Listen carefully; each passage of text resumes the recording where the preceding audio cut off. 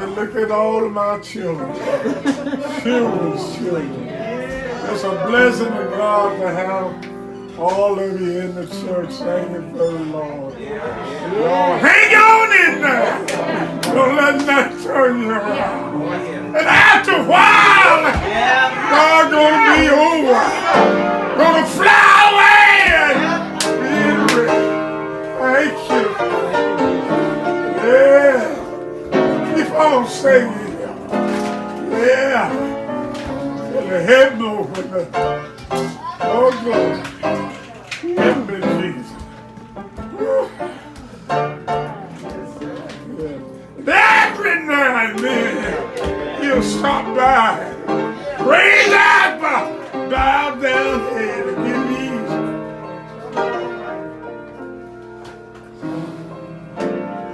Y'all stand together, all of you.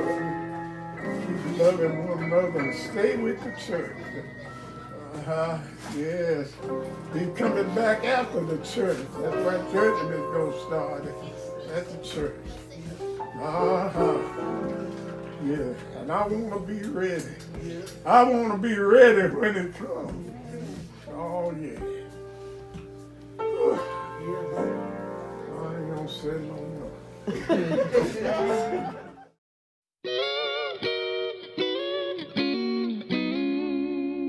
Growing up as a child in my mother's care, my mother told me.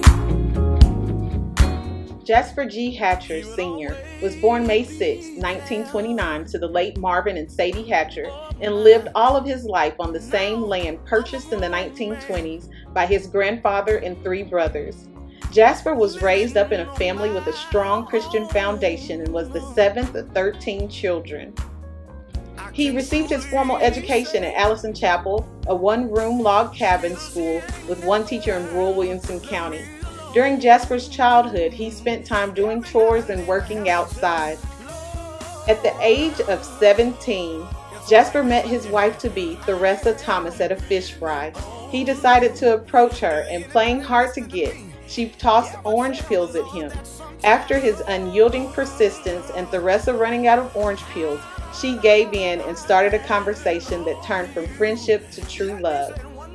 They went on to have 8 children, 4 boys and 4 girls. They also had 24 grandchildren, 44 great-grandchildren, and 15 great-great-grandchildren.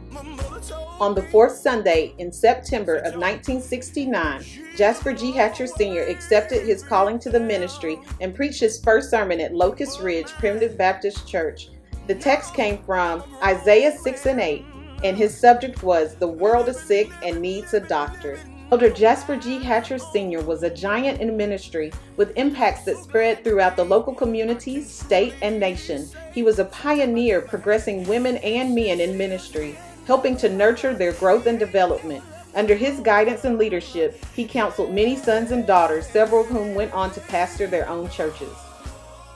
Elder Hatcher was known for being a builder and a forward thinker, and moved the Locust Ridge Primitive Baptist Church from College Grove, Tennessee to Arrington, Tennessee in 2009. He culminated his pastorship at Locust Ridge Primitive Baptist Church, retiring after 33 years of dedicated service. Elder Jasper G. Hatcher Sr.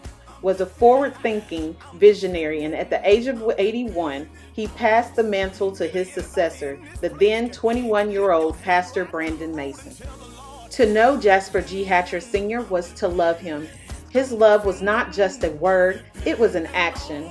He demonstrated humility and God-fearing love, which was shared not only within his family, but to anyone who encountered him. His love lives on through the very many lives he touched.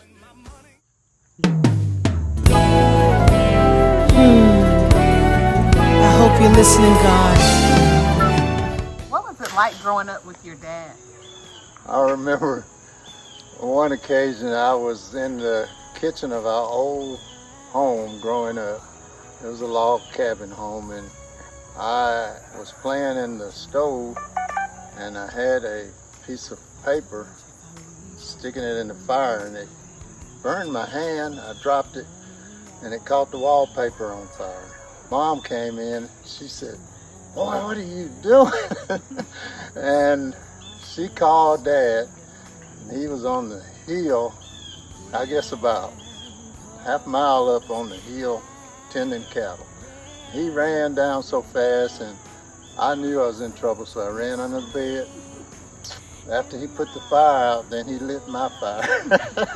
So what's your favorite memory with your dad? I would say the trip we took on vacation to Las Vegas, Nevada. Yes, we were a lot younger that, you know, we wouldn't have as much fun with them, but we had a ball. We had a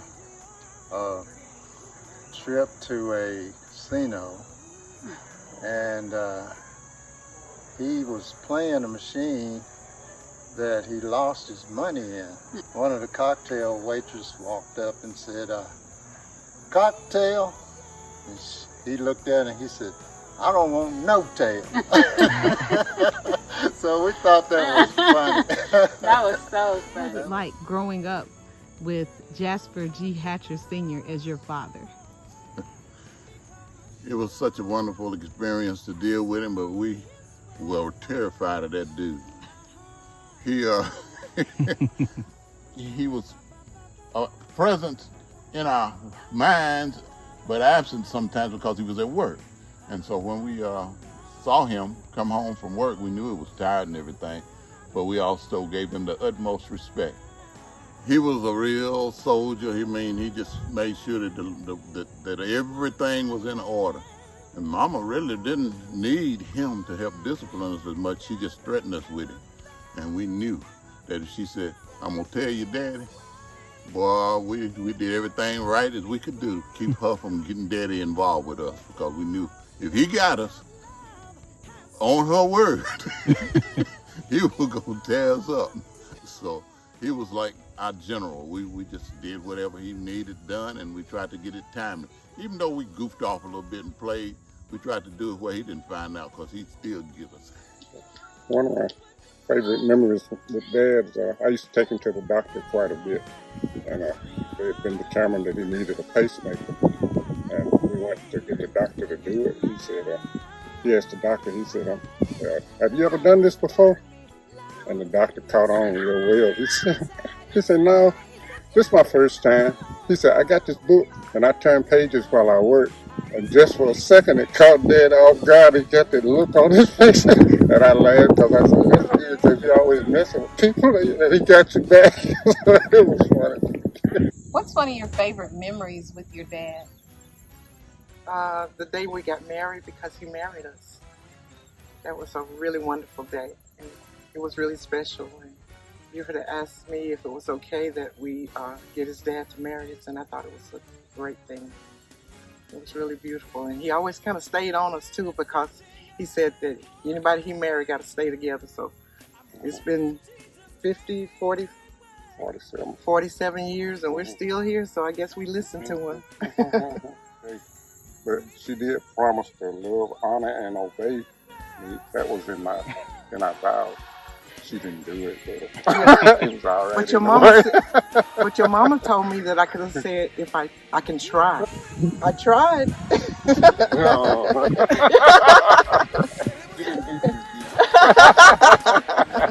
I'm still trying. What's one of your favorite memories growing up with your dad? It's when he was teaching me how to drive, and I was afraid, and I didn't want to drive in town. And he came to pick me up one day, and he just got in on the passenger side. And when he got in on the passenger side, I came out from where I was, and I said, "Dad, I don't want to drive in town." And he never said a word. He just sat there with his arms folded, just waiting patiently. And I kept saying, "Dad, I'm not ready to drive in town." And he just kept sitting there so patiently, and he never hollered at me when we were driving, and I did okay. What's one of your memories of your dad together? He had just come out of the field from cutting hay, had his shower, and he had on a white beater t-shirt, and his muscles was popping out like bigger than Popeyes. And then I immediately started sweating. And he said, "What are you guys doing over here?" My heart was beating like this. And my brother Chubby said, "We're just admiring that beautiful field of corn," because he had about 10 or 15 acres of corn out front. And he said, "Well, you guys can get a mess of it if you're not running too fast when you leave." And I told my brother, I said, "Let's go." What's your favorite memory of your dad? We was getting ready to go to Trina's for a grill out, and we had called Granddaddy and told him to wait till we get here. We would pick him up. And I guess we wasn't getting here fast enough. We was pulling out the driveway. Next thing I know, Granddaddy was walking down the street halfway to my house before we even get over here to get him. And Gwen asked him, "Daddy, you couldn't wait on us?" He said, "No, y'all too slow. Y'all too slow. I gotta go. Gotta go." At first, I didn't know who he was. I said, "Who's that little old man walking up the road?" Found out it was my dad. We was too slow for him. So when he got ready to go, he was ready to go. He was a time man. Yep. He sure was. What's one of your favorite memories of your dad? When I decided to get married, he kind of counseled me, you know, before it was time for him to perform the ceremony. And he said these words to me. He said, "Son, this is the next step to death." And I was like, "To death?" He said, "Yeah, because it's to death do you part." oh, wait a minute. Here come in. Come in. That was such a sweet time, and it was so emotional. I looked around and I said, "I's married now." And Ann was so excited that she ran out the room. He made me feel so special, and he treated me as if I was his daughter instead of his daughter-in-law. He always made me feel special, and I'm gonna miss him dearly. Another one of my memories was about this house here. We used to process our own meat. We used to kill hogs that had to be kind of cool. And after cutting the meat and trimming it, we would salt down the meat to be cured in this house raw. We as brothers was like, "Dad, why do you keep telling everybody in the neighborhood that we're killing? Because everybody bringing extra work to us." But he said, "You have to be a good neighbor." So we always included everyone. He taught us to do that. And through those teachings, that's why our family is like it is. What was it like growing up with your dad? Growing up with Dad was fun. We had good times because, I mean, it was hard times, but it was good times because we had to do work like driving tractors on the tobacco field. I drove with the boys, picking up hay, doing stuff like that, and Dad and I shared something in common with picking blackberries and making blackberry cobblers. And so we would always tease one another, saying whose cobbler was the best. What's one of your favorite memories with your dad? Well, when we went to Las Vegas with Dad and Mom some years ago, Dwayne and I would be down walking, checking Vegas out. Dad and them would be out checking Vegas out too. But Dad laughed at Dwayne because every time Dwayne would be playing in Vegas in the different hotels, he would get angry because he wouldn't win in anything, and he would actually go back to the room. Yeah, I hate losing in Vegas. Mr. Hatcher was always on my case about that.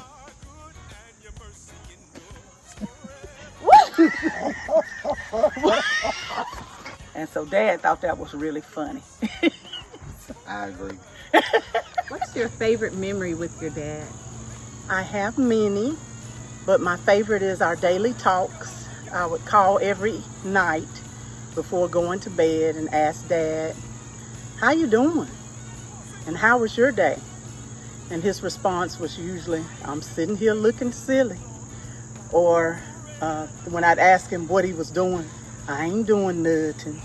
So just our talks and the fun I had just being around him. And that's what I'm going to miss the most.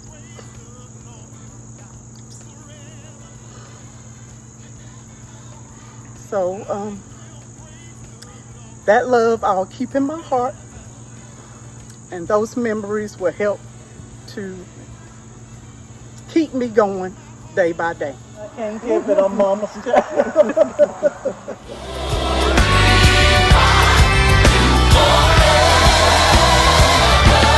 on, say it. Come on, somebody clap your hands. Let's praise the name of the Lord in this place.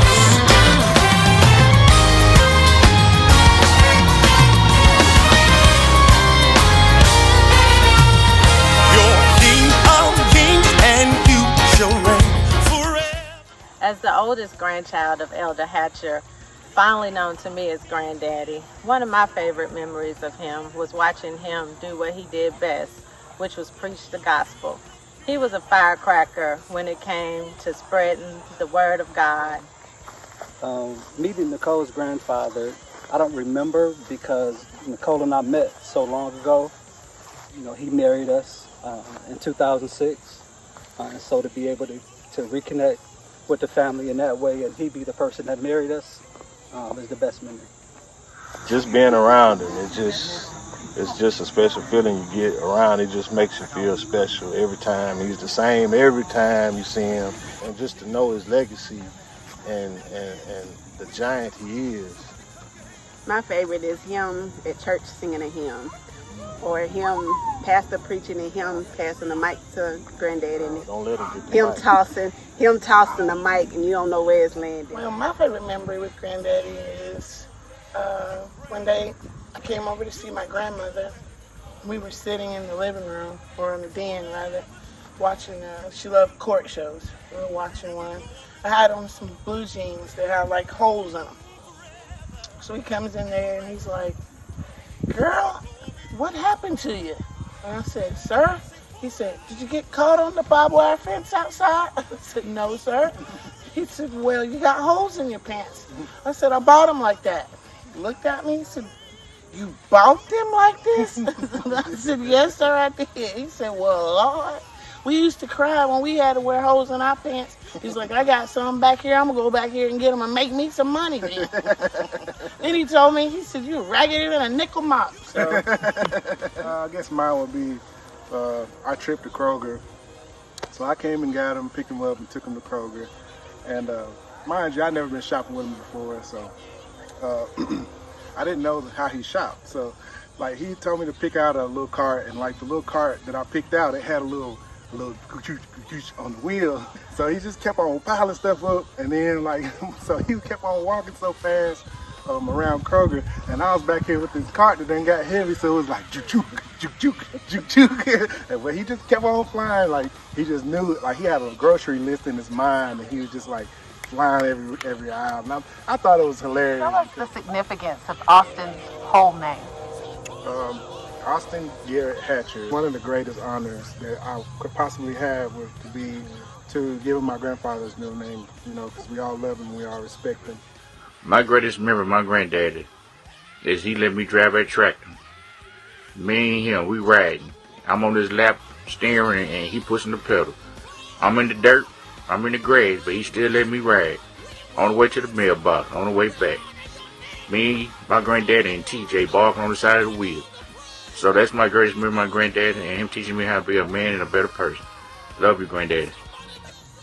one of our favorite memories of Grandpa growing up was we were leaving Cumberland Association. He said, "You hungry?" I said, "Yes, sir." He said, "Well, let me stop at McDonald's and get you a Big Mac." So we pull up at McDonald's and we get our food. During that time on Highway 96, there was a median in the middle of the road. We get our food, he pulls off, and he goes right into the median, runs right into the median. And we were trying to tell him, "You can't turn that way, Papa," and he just went on anyway. Back down 96. And Granny just fussed and fussed and fussed because he did not listen. He did what he wanted to do. I'm actually pastoring a place where he used to pastor, and only God can do something like that. I mean, that wasn't something that just happened, you know. Not only myself, but of course Pastor Mason and Pastor Brown. So it's a big deal for us to actually taking on the mantle of where and tread the places where he's treaded. So what was your fondest memory of Granddaddy? Man, I have so many. It's interesting because I was here all the time. Granny and Granddaddy would pick me up every Friday, and I would stay with them every weekend of my life until I was able to stay by myself. I'll miss my tradition of staying here every Christmas Eve. It's something that I've done since I was born, where I spend the night with my grandparents on Christmas Eve and wake up to the most fantastic breakfast of the year, cooked by none other than my grandfather. I will definitely miss being here Christmas Eve, helping him open up his presents under the tree. Introduced to the Hatcher family and the legacy of love that Pastor Jasper Hatcher and Theresa Hatcher instilled in their children and the grandchildren. You know, that's something that really resonates with me. I wish that my family could experience the same love. And I, you know, my prayer is that my family will also matriculate what Jasper and Theresa taught. It was one afternoon in the summer. We were with Granny and Granddaddy running errands, and we ended up downtown Nashville because Granddaddy had to pick up a suit at Burt's I'm Here. It's already bumper to bumper traffic. Even the on-ramp is stopped. We couldn't get on. But, you know, Granddaddy does not slow down. So me and Trina looking at each other like, where we going? He starts driving in the emergency lane. And 70 miles per hour. Did not slow down. Getting ready to get on the interstate. We still zooming in the emergency lane. So me and Trina looking at each other like, we have clawing each other like, oh, Granddaddy, please. And Granny is in the front seat with her hand out, just sitting there like not nothing is going on.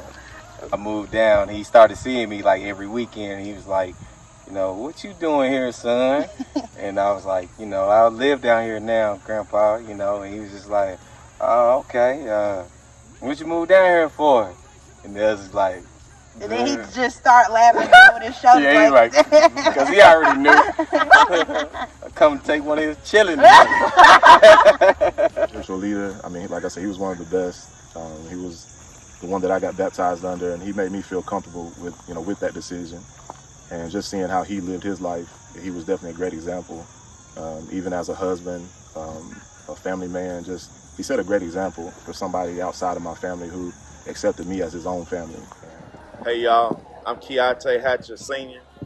I'm Elder Jasper Hatcher Sr.'s oldest grandson.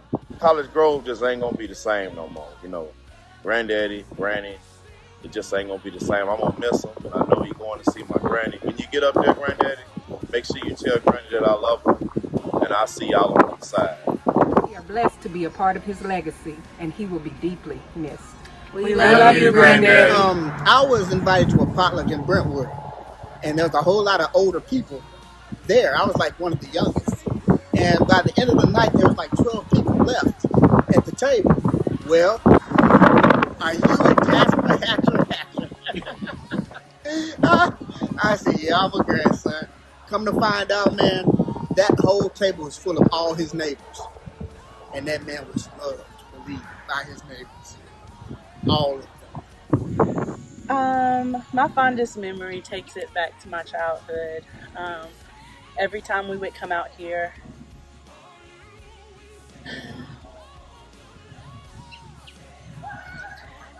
he always gave us kids just our due diligence. He would always, every time we walked in the house, he would always say, talk to me, tell me what you've been doing. And for that, and for being a young child, you know, when you're taught, you speak when you're spoken to. And your grandfather takes the time out to hear what you have to say. And even in a big setting, it just makes you feel special. Well, it was one holiday, and I had decided I wasn't going to go. So So I stayed home. Well, actually, I was running around with my neighbor. And I got a telephone call. And they said, Happy New Year.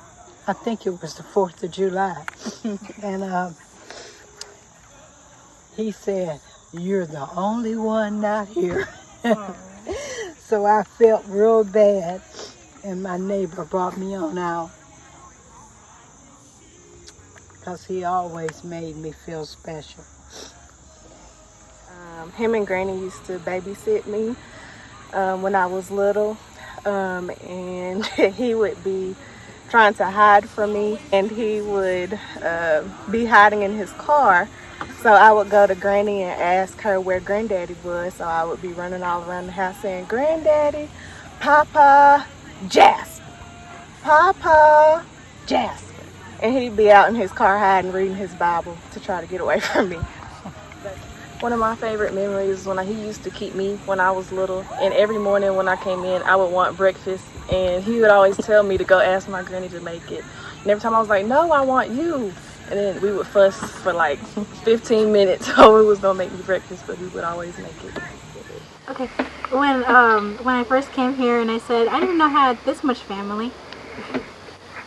My favorite memory of Granddaddy is it was on his 90th birthday party, and he was just having such a good time, and like just seeing him like lively with energy just made me really happy.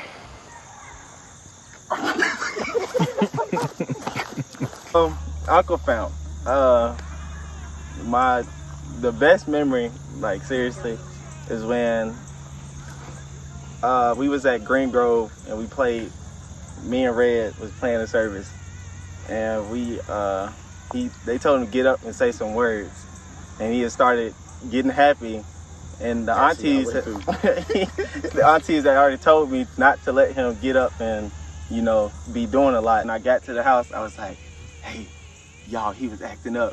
He got back in the house and he looked at me and said, you told him, didn't you? And I'm just so grateful and so thankful that even though I wasn't blood, that you invited me into your family, you embraced me, you adopted me. You would never know that I'm not a blood hatcher, but you've allowed me into your home.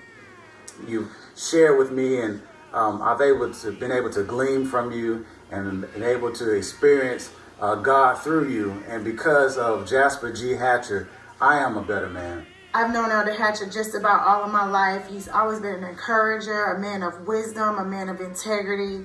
Hey, talk to him about anything, and I just appreciate him for being that sounding board and that listening ear and believing in the gifts that God has implanted in all of us. And I just thank you, Elder Hatcher, for being that voice on earth for our Maker. And I love you. I love the Hatcher family, and we're going to miss Elder Jasper G. Hatcher.